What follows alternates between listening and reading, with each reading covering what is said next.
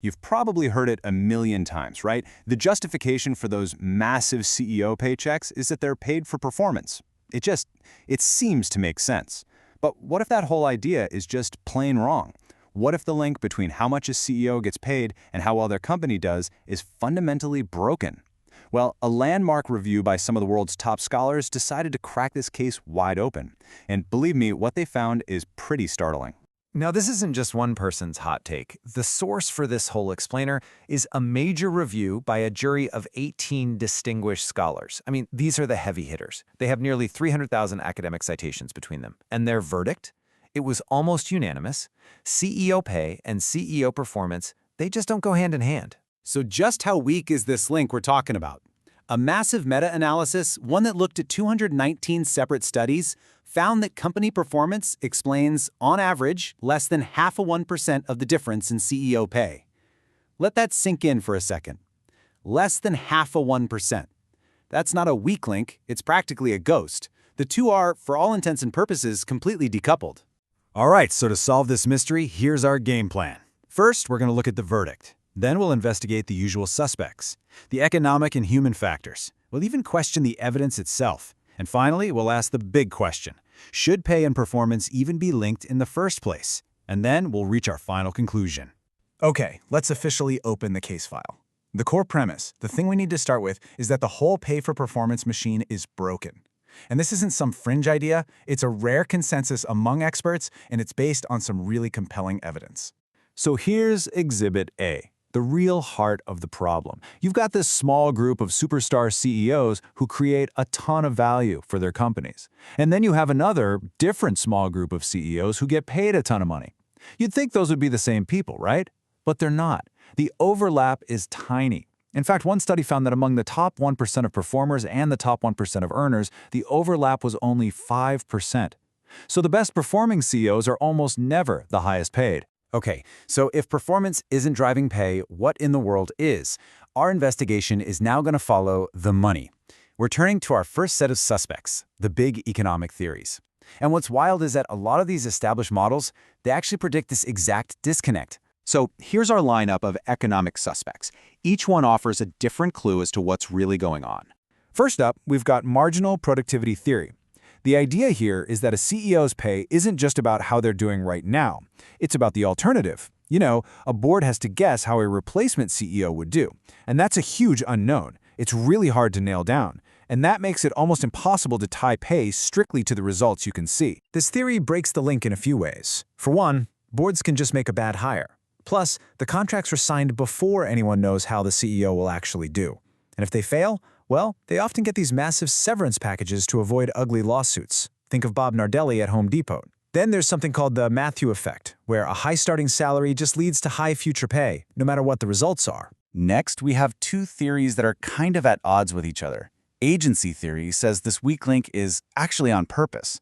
The thinking is, if you tie pay too closely to short-term results, CEOs won't take the big, bold risks you need for long-term growth.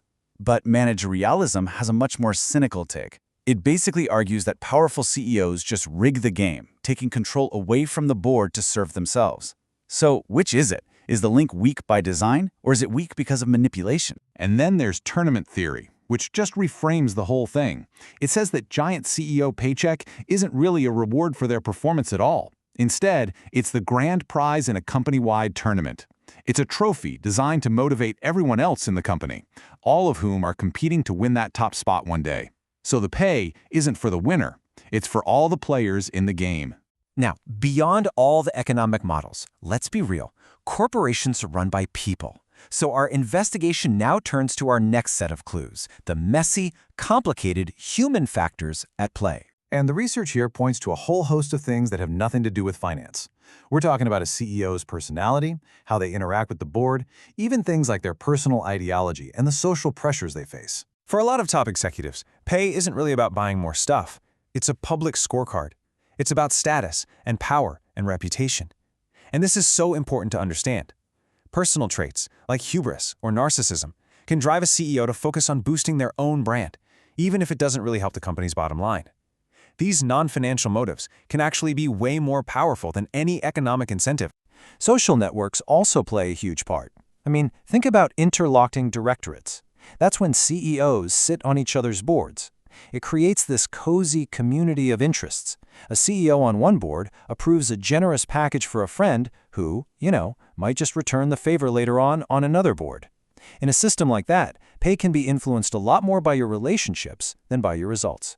Okay, but in any good investigation, you have to question your own evidence. Is it possible that this whole disconnect is just a statistical illusion? Maybe it's just caused by bad measurement. It's a really critical question, right? So the researchers who found this disconnect decided to put their own findings to the test, just to see if their conclusions would hold up under pressure. And the verdict stands. The researchers retested their findings using all different kinds of metrics. Different ways to measure performance, like total shareholder return. Different ways to measure pay, like looking at stock options when they're granted instead of exercised. And no matter how they sliced the data, the disconnect was still there. So the conclusion is pretty clear. This is a real, robust finding, not just some statistical fluke. All right, so we know the link is broken, and we've looked at some of the reasons why. But this whole thing leads to a much deeper question. We know they aren't linked, but should they be? Well, first off, do CEOs even matter that much? The research is crystal clear on this. Yes, they absolutely do. A CEO can be responsible for up to almost 40% of a firm's performance variation. And since they have that much of an impact, it seems pretty logical that their pay should be tied to it, right? Compensation experts tend to see fairness through three different lenses. There's internal equity, the idea that a more complex job should pay more. That's usually met. Then there's external equity, paying the market rate to get the best talent. That's also usually met. But then there's individual equity, the idea that pay should be based on personal contribution. And this is where the whole system just completely breaks down. This is the real heart of the issue. You've heard this phrase, this is why they get paid the big bucks. It actually points to a classic management principle, the parity of authority and responsibility. The high pay is justified because the CEO accepts the final responsibility for the results. But that's a two-way street. If they're rewarded for success, they should also be held accountable for failure.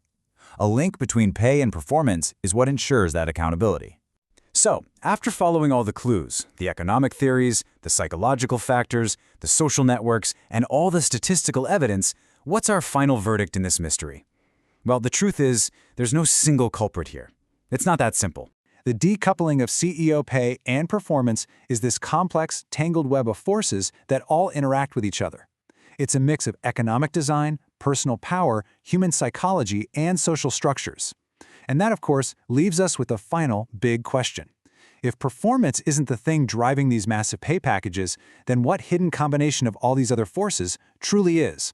And that, my friends, remains the unsolved part of this mystery.